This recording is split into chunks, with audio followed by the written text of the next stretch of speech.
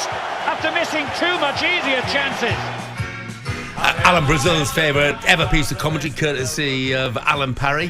Boys love it. Look at them. They love it. They absolutely love it.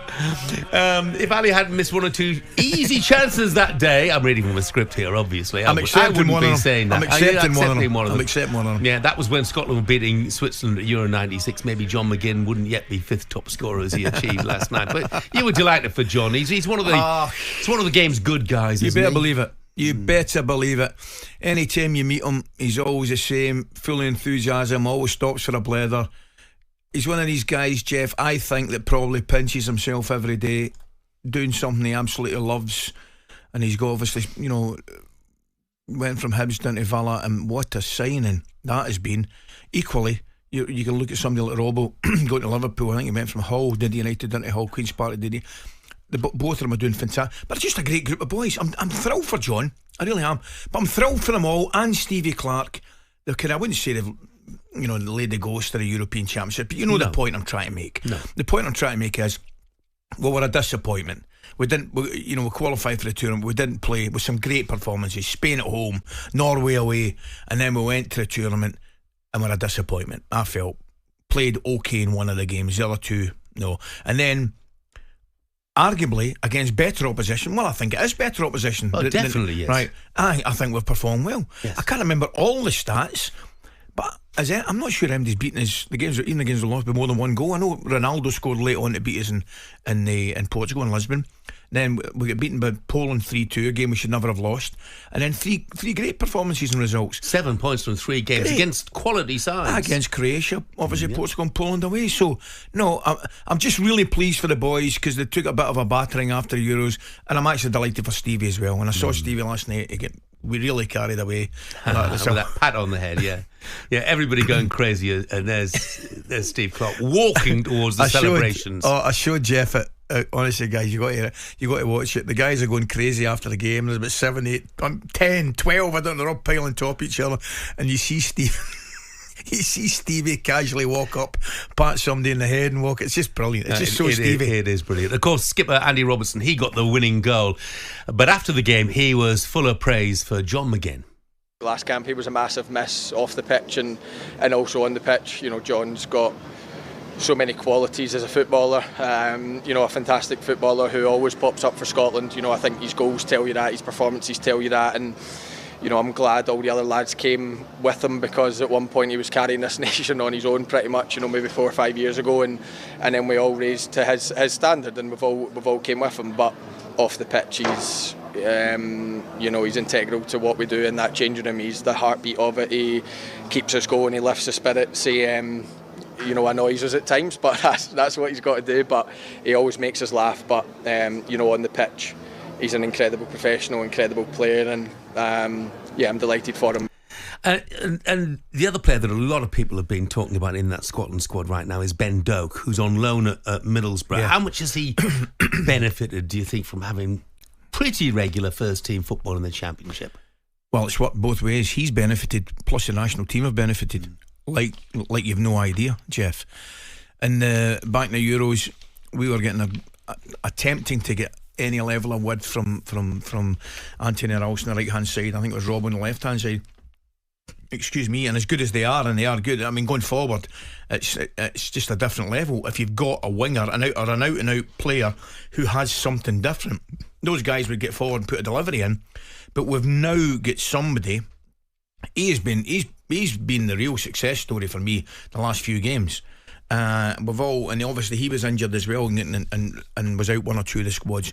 But he, for me, without getting carried away, and we do get carried away, and we don't want to put too much pressure, particularly on young lads, but he has been fabulous, Jeff. Pace. I mean, he actually gave Gvardiol a bit of a going over the Croatia game, who he scored again, and funnily enough, I think Gvardiol scored the goal last night. He did. That actually prevented us finishing second. He did. Which is remarkable. But anyway, getting back to Ben Doak, terrific, outstanding potential, pace. Do you know what he's doing?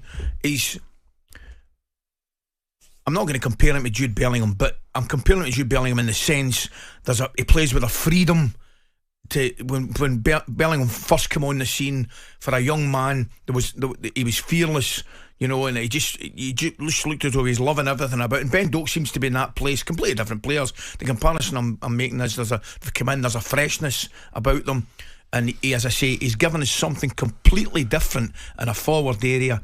And that is, and we've not had it for a long, long time. You think of the great wingers we had, and we've had brilliant wingers, whether it's goodbye to Jimmy Johnson, Willie Henderson, Davy Cooper, brilliant wingers, fantastic wingers, and we haven't had anybody for years in a wide area with the real ability, pace, can beat somebody with pace, can beat somebody with a step over. Because in the modern game, you need somebody to go by somebody for the whole thing to open up. Particularly, defences are so well organised now. You've got to have somebody that can make the difference, and he in the last couple of games has been a great watch. Have you seen a difference in style of performance from either McTominay or Gilmour? Since they went to Serie A? Well, certainly Scotland in general, I think the last 3 or 4 games have been far more aggressive. You know, our problem, probably post going back all the way to Kenny, it's very, very difficult for a centre forward to score goals for Scotland, believe it or not. We haven't really at this moment in time had centre forwards that are scoring on a regular basis, or forwards that are scoring on a regular basis. But the big difference in the team the last few games is, I think, a level of aggression to get forward and get balls in the box and get shots at goal. I mean, the Hungary game, dear me, broke our hearts. But Stevie's obviously changed it. Gilmour crashes one off the bar. McTominay hits the post. McTominay's been scoring. I've watched the lads. I'm going to go over to Napoli. I don't know when I'm going to do it, but I'm going to go over and watch the boys at Napoli. I've always wanted to go there, and those two have given me a perfect excuse maybe to go take my boys over and go and watch them. It's one of the most fearsome places to watch football I've ever been. Amazing, eh? But I mean, I'm not saying for a minute it'll be the making of those two, because it won't, because they are where they are at this moment in time. But what an education for it, what a place for them to go, and what a start the two of them have had. Brilliant. I mean, they're a great result. I think they beat AC Milan 2-0 in the San Siro.